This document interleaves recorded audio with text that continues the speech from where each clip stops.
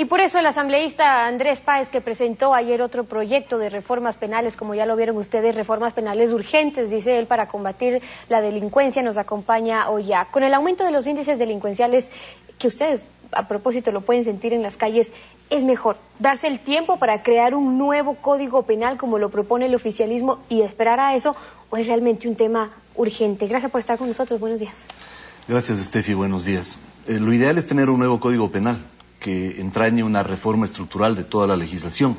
Sin embargo, la situación de incertidumbre, de zozobra, de terror en la que vive sometido el pueblo por la ola de delincuencia y de violencia hace que ciertas reformas sean instrumentadas de manera inmediata, sin perjuicio de que esas reformas luego sean incorporadas al Código Penal que de manera global reforme toda la estructura penal del país. Yo no veo ningún problema para que en 6 meses, en 8 meses, hagamos un gran Código Penal, pero en este momento hay que hacer reformas urgentes sobre el tema contravenciones, delitos, caución, reincidencia, es decir, sobre los temas álgidos que han promovido la ola delincuencial antes que frenarla. El problema, y lo ha dicho María Paula Romo, para ellos, es que si se toman en cuenta todos estos intentos de reformas, lo que tendrían, y con palabras de ellas, es un laberinto de código penal, y serían solo reformas parches, pero que no solucionarían el problema. Solucionarían el problema en este momento.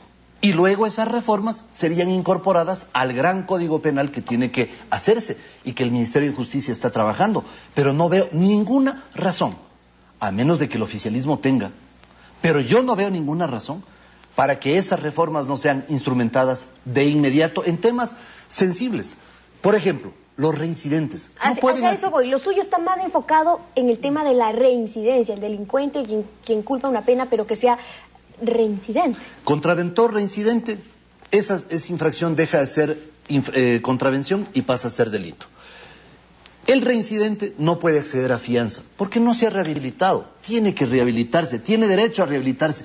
Nadie dice que esa gente viva hacinada, nadie dice que no se respeten los derechos y el debido proceso de esa gente, pero tampoco podemos admitir que la inmensa mayoría salga sin ser juzgada. Ayer he recibido un mensaje en el blog de la Asamblea, está publicado ahí. Una señora dice, gracias por este intento de reformas, porque yo vi cómo asesinaron a mi marido y el victimario, perdón, el asesino está ya en libertad.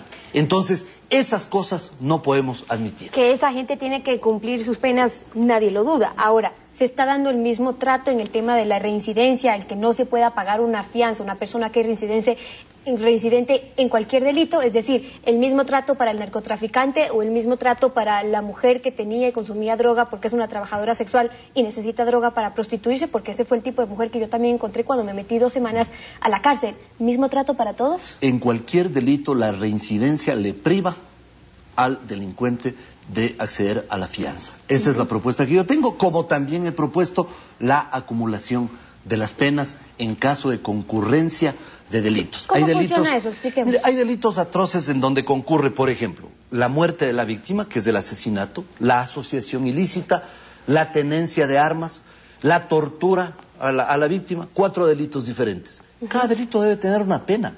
Y obviamente esas penas tienen que ser acumuladas. Expliquemos para que la gente nos entienda, a diferencia de cómo funciona hoy, por qué es importante la concurrencia. Porque hoy en día lo que se aplica es la pena más grave.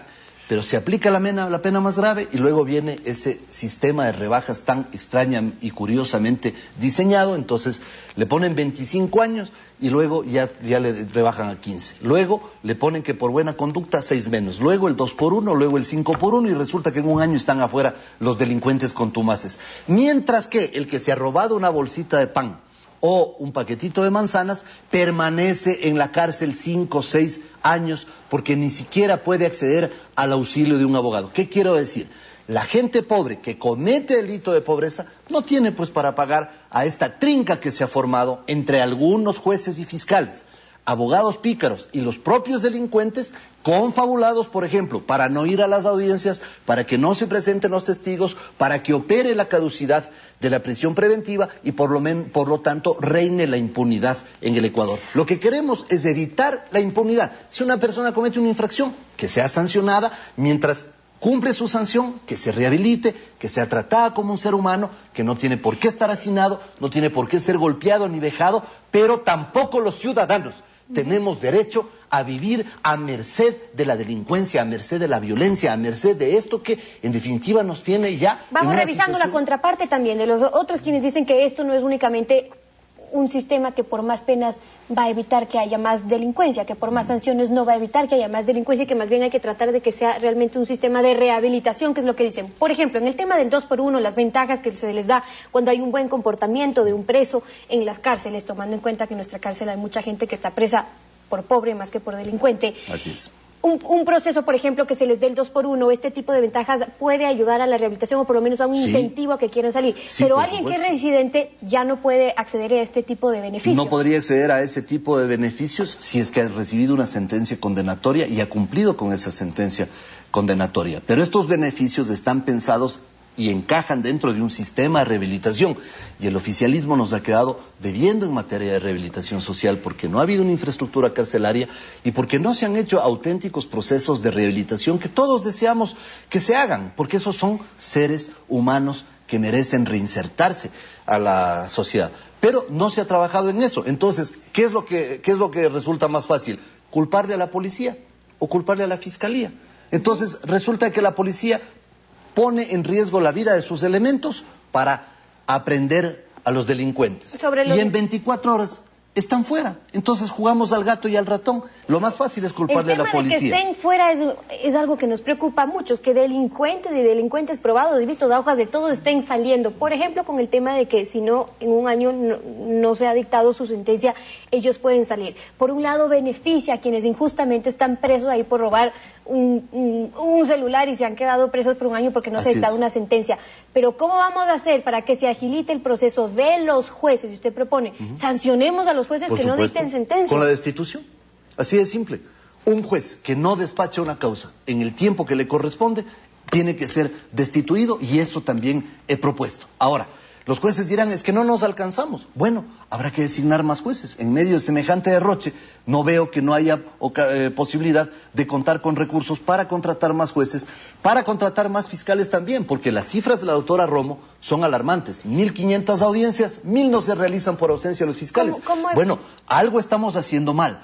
Y si hay que contratar a más fiscales, pues hay que hacerlo. ¿Qué es lo que pasa, Steffi? Hay un sistema informático. No se le puede fijar a un fiscal la misma audiencia, dos audiencias a la misma hora. Y por eso es que no acuden, o también entonces, hay quienes les beneficia no acudir y se hieren o no van o faltan y todas estas cosas. Pero ¿cómo vamos a hacer, doctor Páez, para evitar que los jueces ahora, por la presión de que van a ser sancionados, dicten una sentencia cualquiera sin investigar y terminen culpando a un inocente? Bueno, esa es una responsabilidad.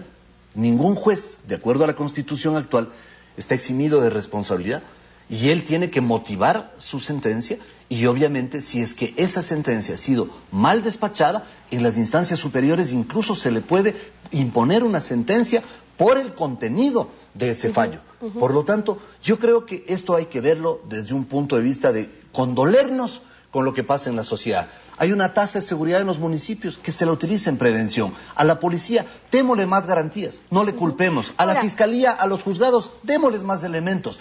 Pero hagamos reformas legales que no pongan bajo sospecha el contenido de esas normas. ¿Qué tanta acogida van a tener este pedido, estas reformas penales que usted lo dice? En un principio, la semana pasada, Fernando Cordero, presidente de la comisión, nos decía, bueno, el señor Páez ha presentado desde un principio, desde hace 2 meses, pero tenemos que aprobar primero estas leyes en primer debate que se están tramitando en la Asamblea, y luego sí consideraremos el proyecto del asambleísta Páez. Pero luego dicen también que van a esperar un nuevo Código Penal que puede tomar ¿cuánto tiempo? ¿Le van a hacer caso? Steffi, un nuevo Código Penal puede tomar, todavía no ha llegado del Ministerio de Justicia, eso tomará 6, 8 meses.